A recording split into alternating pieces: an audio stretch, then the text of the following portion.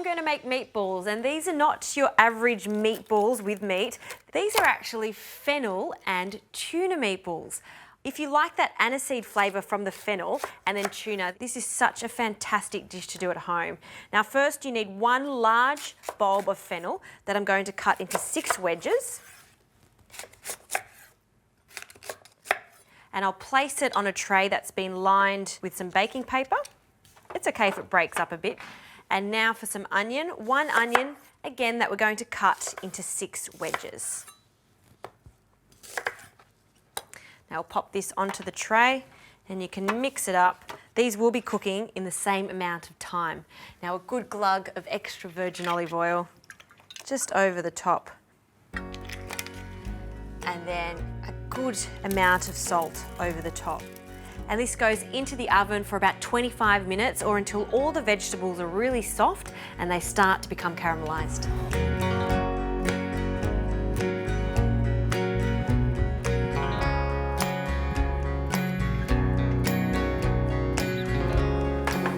The fennel has come out of the oven, it's cooked. See how caramelised it is? It's absolutely perfect. Now for the sauce, I need 3 of these onion wedges. Onions, when they've been caramelised, are so sweet, and this is going to be the basis of the red sauce. So just with my knife, I'm going to roughly chop them. Look how soft it is. Fantastic. And this can go into a medium pot, along with 2 cloves of garlic that I'll bruise just with the back of the knife. And then finely chop again. I love lots of garlic in this recipe. And we'll scrape the knife down, and that can go in, along with a few tablespoons of extra virgin olive oil. And we'll turn the heat on, about a medium heat, also a pinch of salt. I'll let this begin to sizzle and then I'll add the passata. Now onto the polpette, the tuna polpette or the meatballs. We'll add the fennel straight into the food processor. This has cooled slightly. And our tuna, use a good quality tuna. This one has been responsibly fished. We want to drain it from the excess water. This one's not in oil, so water for this because I don't want it to be too greasy. And that can go in with our fennel. Traditionally, this recipe does not have tuna in it, but I always have some tuna on standby in my pantry for recipes like this. It not only bulks it out, but it also helps to hold the meatballs or the polpette together. All right, let's have a look at these onions and the garlic. Ooh, looking good. Smells good too. And we'll add the passata. Fabulous. Quick stir. We'll turn it down to a low heat. Lid can go on so there's no splatters, and this will cook for about 15 minutes. Now back over here to the polpettes, we'll add some toasted pine nuts, a generous handful of Parmesan cheese, and just reserve another handful for the garnish later on. Some breadcrumbs, the binding agent, fresh breadcrumbs if you can. And 1 egg. I'll crack the egg directly into the food processor.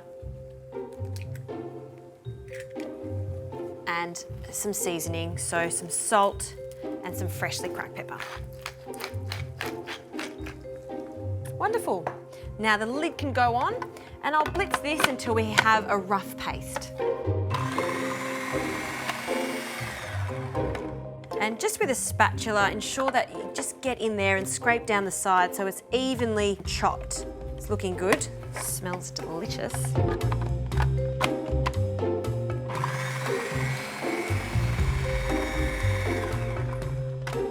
Okay, mixture is fantastic. I'll take the blade out.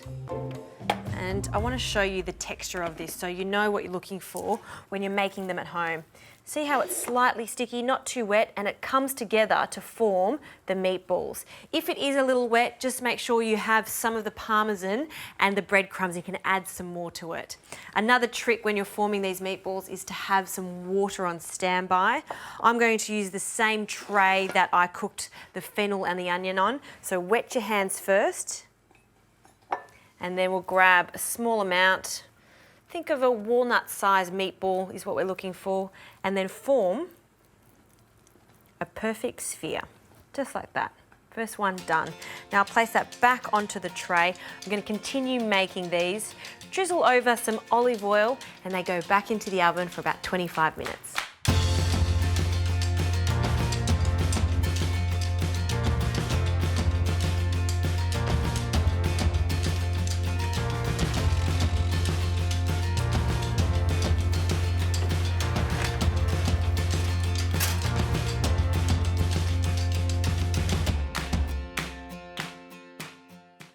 The polpette has come out of the oven. You can see they've firmed up, but they're still quite soft in the centre. Now this is where you need to be quite gentle because you need to fold these through our rich tomato sauce. See how this is thick and rich? It's only been cooking for 15 minutes, but you do want to cook it down so it does have that intense tomato flavour. So with my tongs, I'll carefully place them in the sauce, and then instead of folding this through with a spoon, I'm just going to agitate the pot just so we don't break them up. You could absolutely serve this with pasta if you like. The kids will love it like that. Or keep it super simple and serve it as is with some extra parmesan and some crusty bread.